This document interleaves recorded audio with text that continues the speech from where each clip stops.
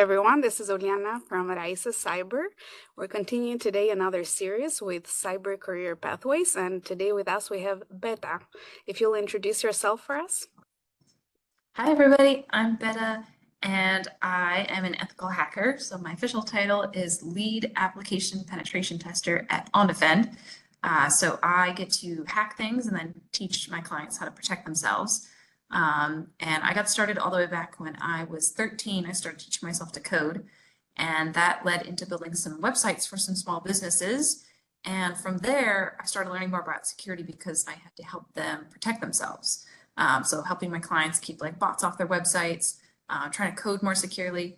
And I eventually realized that hacking and application security were a lot more interesting and fun than building websites. So I went all in that direction. And when I was doing my undergrad in computer science, I was able to intern with a hacking firm, found out I was really good at web hacking because I came from that web development background. And then I went full cyber mode. So I got a bunch of certifications with funding from the NSA, did my master's in cybersecurity at Georgia Tech, and then worked through my way through pen testing jobs. And yeah, recently became a lead. And I'm really involved with several groups for women in cybersecurity, like Women's Security and Privacy, Raices, WISP, other mentoring as well. So, and I'm also speaking at DEF CON this year. Ooh, congratulations. Thank That's you. huge. Yeah. We have a rock star today in the house, and I'm gonna try to do my best. I know you do also on your social platforms, including LinkedIn. You have your own website. If people want to look you up and reach out or follow you, you share a lot of advice.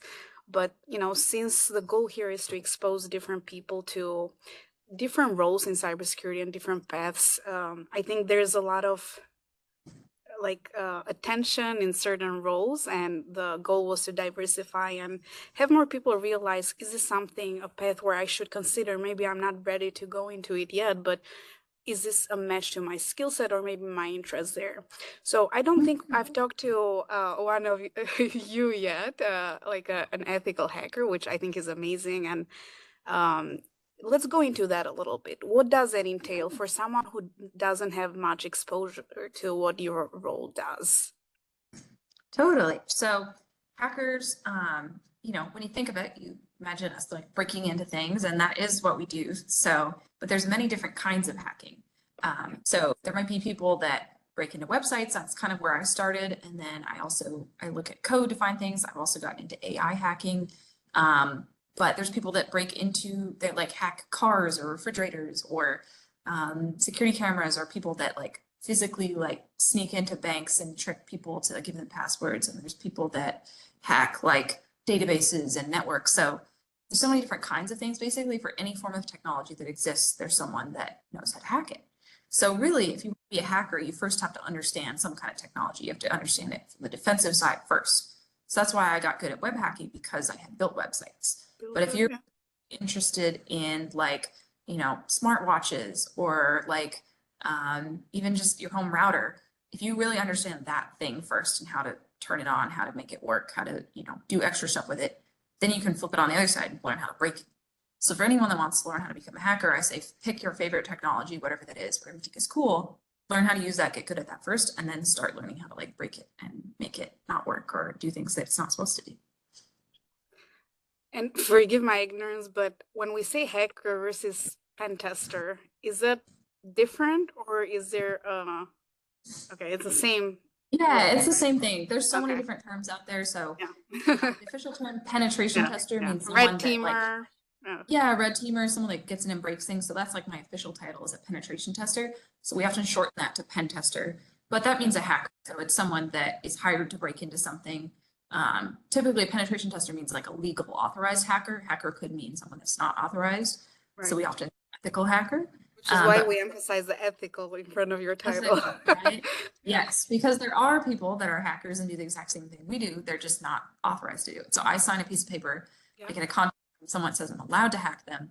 And then I'm, a good hacker. But there's plenty of people out there that are hacking for their own motivations or money or political reasons, and they're not authorized. But there's red teaming also is related. So red teaming is more of a long-term simulation of something. So you're trying to over a long time try many different things to get into a network to like simulate like a long-term adversary, versus penetration testing tends to have like a more narrow scope, like you're testing one website or you're testing a specific thing. So a long-term, like over many months, if you were doing like a long-term thing, that's more red teaming. Yeah.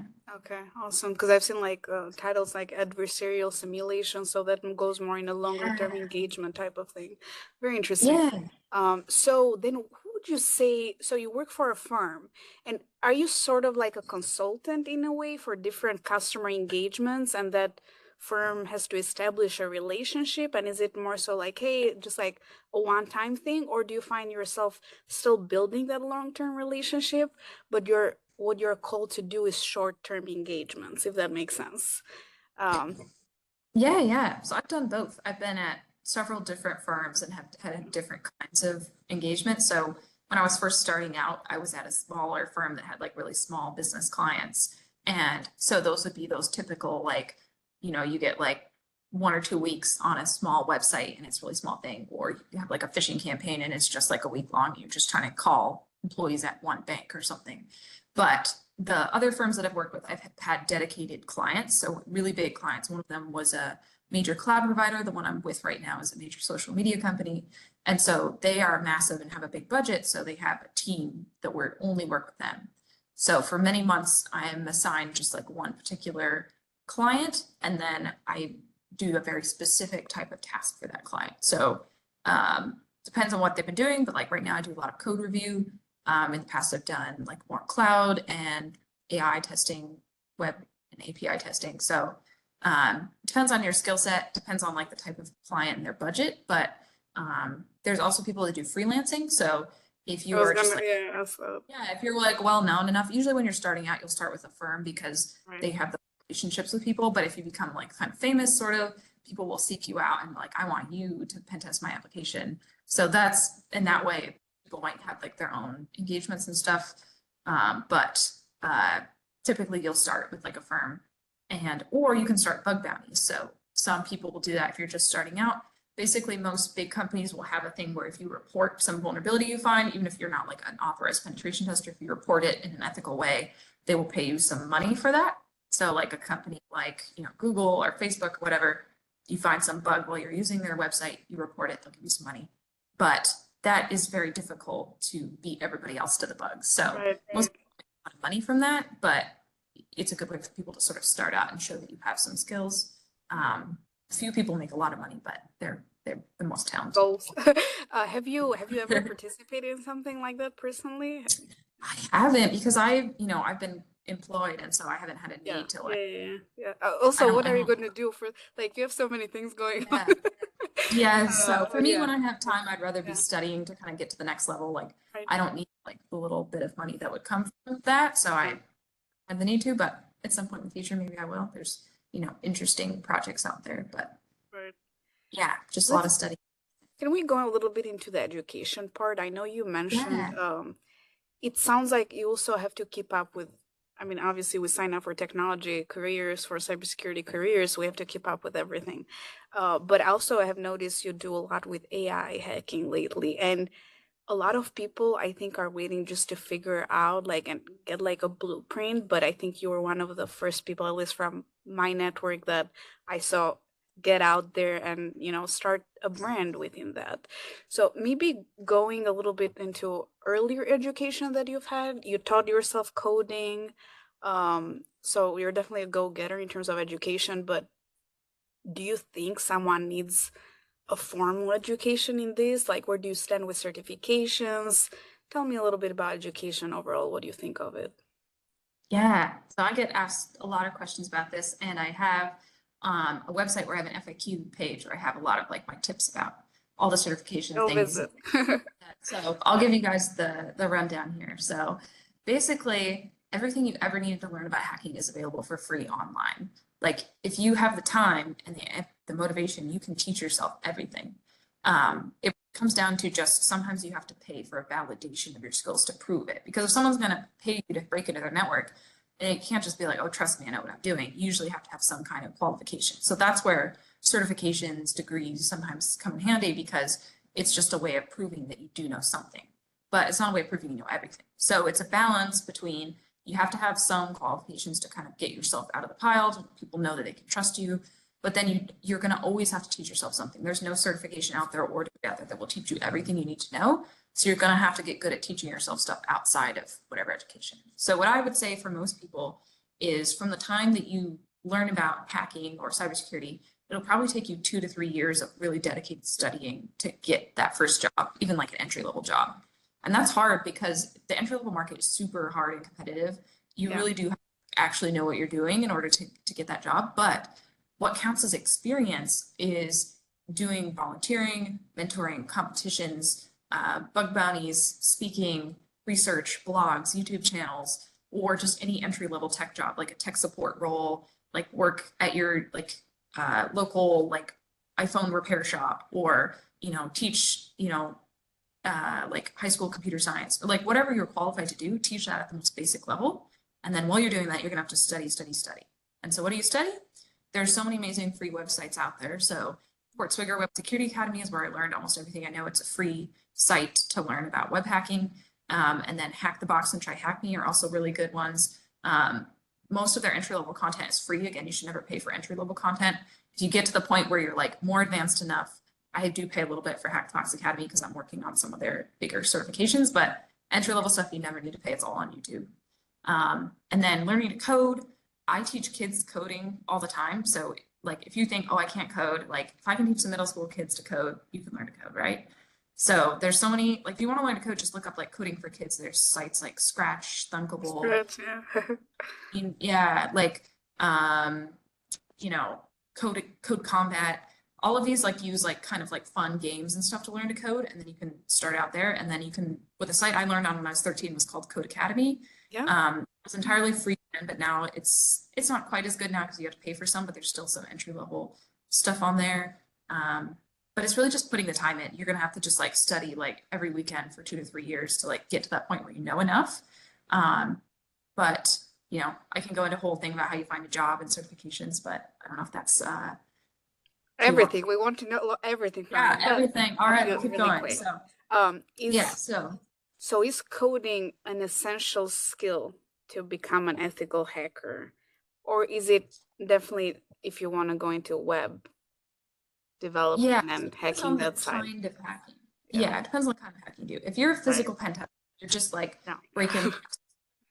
No, you don't need to code, but that is sort of a dying breed, I would say, because less and less in demand. And most of the pen testing jobs that are in demand, you're going to need to know some kind of code, especially it's everything in the cloud. Web stuff is always the most in demand. And you're going to need to know some scripting, and you're going to need to know some Linux. Like I hate Linux, but you have to get good at it. Like you just got to know it like so well because every hacking tool runs on Linux. So if you don't have that background, you need to gonna spend like several years like really understanding how to code, how to do that stuff. It doesn't have to be in school. Whatever learning method works for you. Just sit down, watch some YouTube videos, try stuff out, post about it, make some videos about what you're learning, show your progress over time. But yeah, you do need to know some code. But if you like coding less and you come from more of like an IT background, you could probably go into more like network pen testing. You don't have to know a ton of code.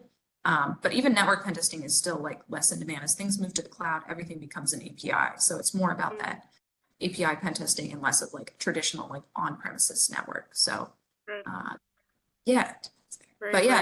applications. That was one of your questions. What I tell people is go look up the job description for the job you want and look up like 10 of those job descriptions. If that's like a penetration tester, and then look up what is the most common certification that pops up over and over again on the list. Whatever's the most common one, just make a tally, get that certification. You need at least one, probably to get yourself out of the resume pile, to get noticed, to just like prove that you know something. And so whatever that is, I can't tell you what it is depending on your position or specialty, it might be different, but you probably need at least one. And there are scholarships out there to pay for a lot of these. So if you're in a group like Raices or, Women's Cybersecurity and Privacy, there's a lot of things that can help pay for those too. That's right.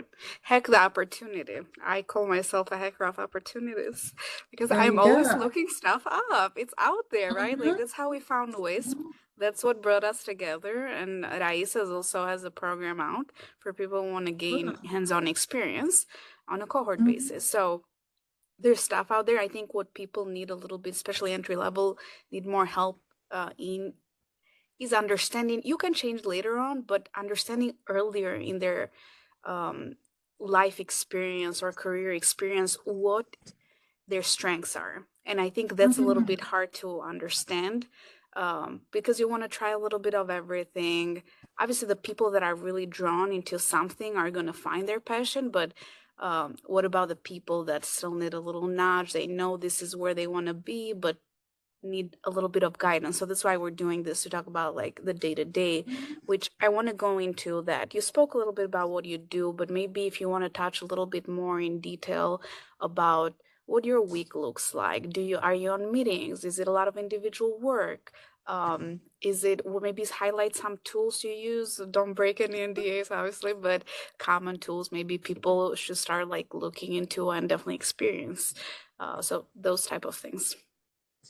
Yeah. So there's like a typical pen tester's week, and then there's like unusual things. So I'm actually on a very unusual engagement at the moment. It's not like a typical engagement. Disclaimer. Yeah, I can't really talk about a lot of what I do at my current client, very like Yeah. specific. And you But can talk about past experiences. You don't have to like highlight yeah, past specific experience. projects. Yeah. Yeah. So like a typical pen testing job, let's say you're at like one of the ones where you get like a different client every couple weeks. You'll have some kind of kickoff meeting typically. So they'll give you the document that says you're authorized to hack us. It'll say what's allowed, what's not. You have to be very careful to follow that. Like you can only do this web page and not these servers and this type of thing. And then you'll call with the client. You'll have like your team there, maybe your project manager, whatever, people that handle the client relations. And they'll say, this is what we're curious, this is about, we had a pen test done last year and we tried to remediate this. Can you check this? This is what our crown jewels are. So our most important things. Can you model this for us? This is what I worry about. And then you have, a few weeks, they might just give you very little access. They might give you just like a URL or a server IP address. They might give you the whole code to their application. It depends on the type of thing. And if we are doing like a web application pen test, a very common type of thing, you'll use a tool like Burp Suite. So it's a proxy that basically sits between you and the website. So you can change and tamper with the requests as they're coming in. You can automate things. You could send like thousands of requests and see what breaks it or that type of thing. So there's a lot of different things you can do there, but basically you're looking for ways that the application behaves weirdly, differently. Can you crash it? Can you cause weird things to happen? And then you focus in on those points of like, can I get more information about this error that reveals information on the server? Can I read something that's not intended for me? Is it for a higher level user or for another user?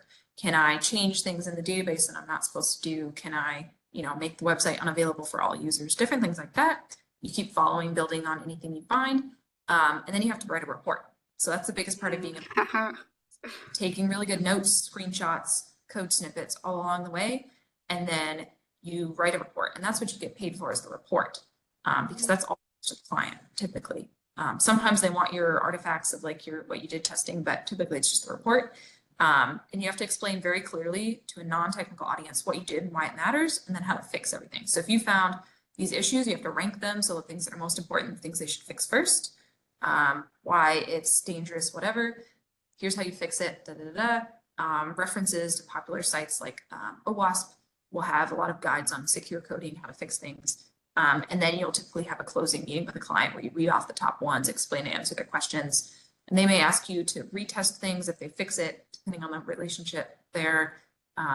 You may like talk to the developers more to help them fix it, but yeah. Okay, And if you very, have, very interesting. So might be, it all depends on the scope, obviously, which they defined yeah. the kickoff. And from a stakeholder perspective, maybe internally and externally, you mentioned a project manager usually is tied to whatever engagement is going on. Who else would you say from the customer, who normally is it that you're delivering this to? It really depends. If it's a business, it might be their CEO or their like CISO or CTO. So those are like top level people or whoever's the highest level technical person. But in a really big company, you'll just be speaking to like either the development team that built that specific thing or they're AppSec engineers. So application security engineer is like the defensive person in charge of their security for that component. So depends on how big the company is, but they'll have someone who's assigned to like resolve the vulnerabilities usually.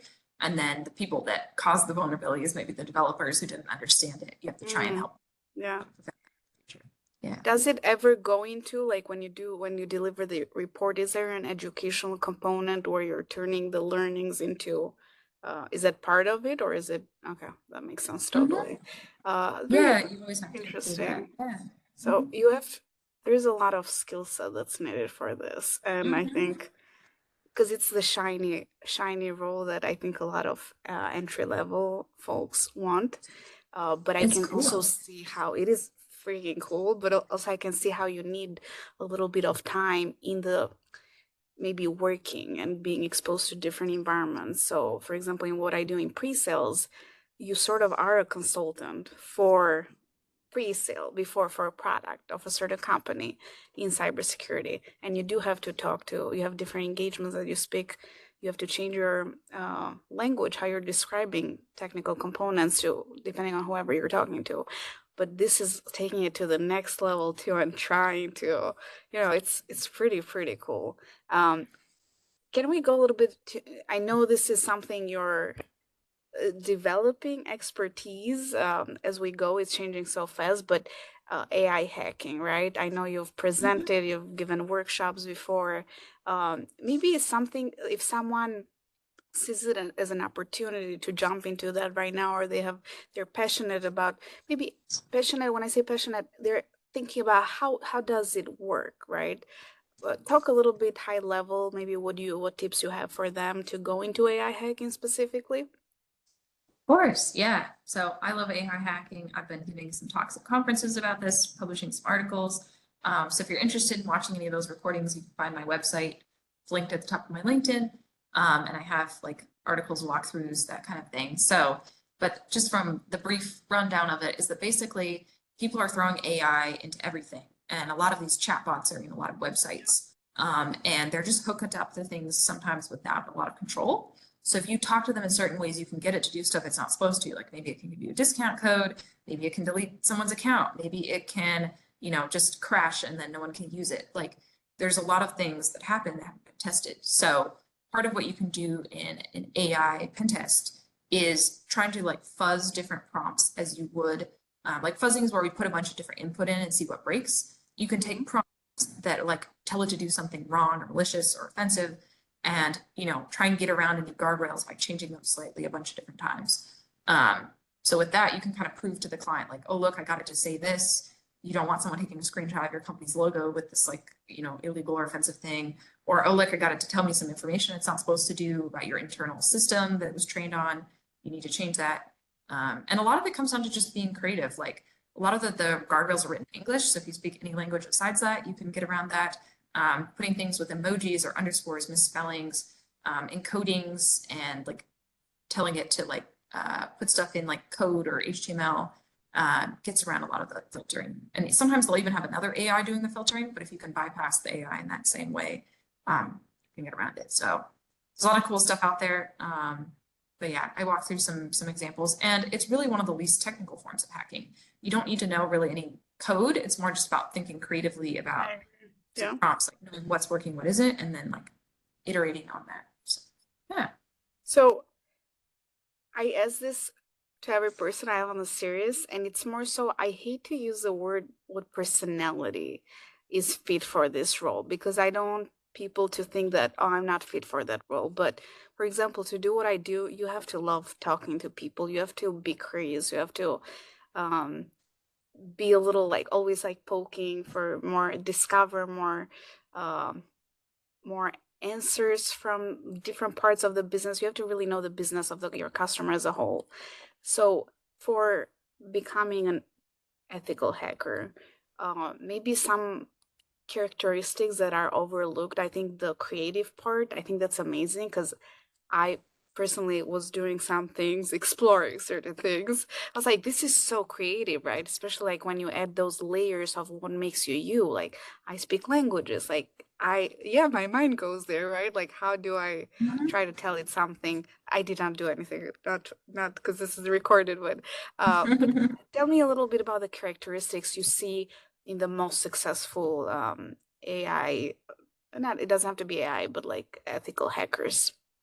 Mhm. This is actually a question I get a lot, and I like to say there is no personality. I think this is used sometimes to shut women out of hacking, particularly. Yes, a lot of people, yeah. It's a huge gatekeeper. There's a very famous Yeah. article that was written a long time ago about the hacker mindset, and I totally disagree with it. I think it's used to gatekeep, and it gets put out there in all the intro to cybersecurity courses that if you don't have a hacker mindset, you'll never succeed. And what the hacker mindset is just people who know things. It's just having spent years of my life studying this stuff, I know what the technology is, and I've seen the holes, and I remember it, and I can hack it. So all hacker mindset is just having spent enough time learning it. It's like anything. If you speak a language, it's because you spent time doing it. If you play an instrument, it's because you spent time doing it. If you play a sport, it's because you spent time doing it. If you're not good at it, it's just because you haven't spent enough time doing it. So I don't want anyone to ever feel like I can't be a hacker because I don't know how to code. Like, of course you don't know how to code if you've never tried to learn how to code. Hmm. Like, can't be a I hacker because mean, I don't. Of course, because it's you have one never. thing if you try it and then you're like, okay, this is boring to me, right? Like, but at least Yeah, try, attempt it. And I yeah, think and with, put a lot of work into it before you decide that, because it's gonna mhm. be years before you decide if you're not good at it. But yeah. Have you ever had a moment where you're like, oh, give up. This is hard. Maybe like I shouldn't Mm. spend my you're too passionate to say that, but I just wonder. Or maybe I mean, also I wonder too, is there a moment where you're just like, oh, like, is it collaborative? Like, let's say you're stuck doing something during an engagement. Like, how do you like go to different people? Do you have your circle of people that you kind of go to within your company? Can you also like, obviously without mentioning details, but go to people external as well? How do you build a community around maybe your teachers, right? Like we all have mentors, so it's good to have sponsors, coaches, but also I think there's also the component of what are teachers that aren't afraid to like teach us a concept or a technology, and you can sort of like go unfiltered because with mentors it's a little bit of a different relationship. So mhm. maybe how do you build your teachers around you that you can tap a shoulder Yeah. when you need to? Yes, I think I always try to put myself in a chain of mentorship. So finding people that I can learn from and then people pass that on to. And ideally it's exponential, is that I pass that on to exponentially more people than taught me because we need exponentially more people, right? So what I do is I've been a mentor for 9 years in the Technovation Challenge of like, that's an international girls coding competition. This year my team actually made it to they're the North American National Honoree, which was very exciting. So I'm super proud of them. But like that experience of teaching girls and mentoring them how to code and others like cybersecurity mentoring that I do has learned how I need to help. I need to have people help me in the types of questions and how to be a good mentee also, right? Right. So it's dedication into my goals and then finding people that can support me. So I have, mentors through the different groups that I organize and people like recognize that I'm trying to get to a certain place and they're like, hey, let's talk. So part of that is networking, being visible and being vocal with people like I need help. But also I am very fortunate that my team is entirely women at my current job. I'm the lead of a team, and my boss is a woman. So that is also really cool. So I'm very fortunate, and that's super Yeah. rare. I am doing everything I can to help the gals on my team learn how to be mentors and leaders too. So they're taking like chances to mentor and share their knowledge with people. I've been doing little public speaking sessions with them, and like to me that is so important. So we help each other. I want to be there for them, and then also teaching them how to be confident in their skills. So when someone else in our office has a question, they're like, "Oh yeah, she's really good at that. Like go ask her for help," Right. and things. Yeah. Be an expert in something so you can help that. You always know more than someone, so be there to help someone else, and then know who your experts are that you can go to for help. And as long as you have that chain going, like people will always help you, and you'll always help. I love it. That's the inspiration I needed for the week, Yes. the month. Oh, thank And you. I'm very excited to see your talk at DEF CON. Thank Do you want to you. highlight it really quick? What's it all about? Yeah, that's actually going to be public speaking for nervous hackers. So That's Wait, something I've that is such a gap. I'm Thank glad you're you. doing that. That's really, really smart. Um, Yes. when I started getting involved with the community, I think there's a lot of talent, and I think there's a lot of talent that's misunderstood, and I like that you're covering a portion um, that is very, very needed because I speak to people one on one. I'm like, you could do like speak about that, right? Like in a small setting, a small circle. But I've seen you sort of like keep delivering talks in different stages, and I think DEF CON is top tier for sure. So it's gonna be Yes, thank exciting you. and good luck. Yeah, and I'm actually Thank you speaking so a second much. time. This hasn't been announced yet, but I'm also going to be on a panel about implementing AI. I think it's called like Stories from the Trenches, but that needs to be posted yet. But you're hearing it here first. So You heard actually, it here first, exclusive. yeah. I love it. I love it. Thank you so much, Betta, and you Yes. all know where to find her. Thanks Thanks, now. Minnie.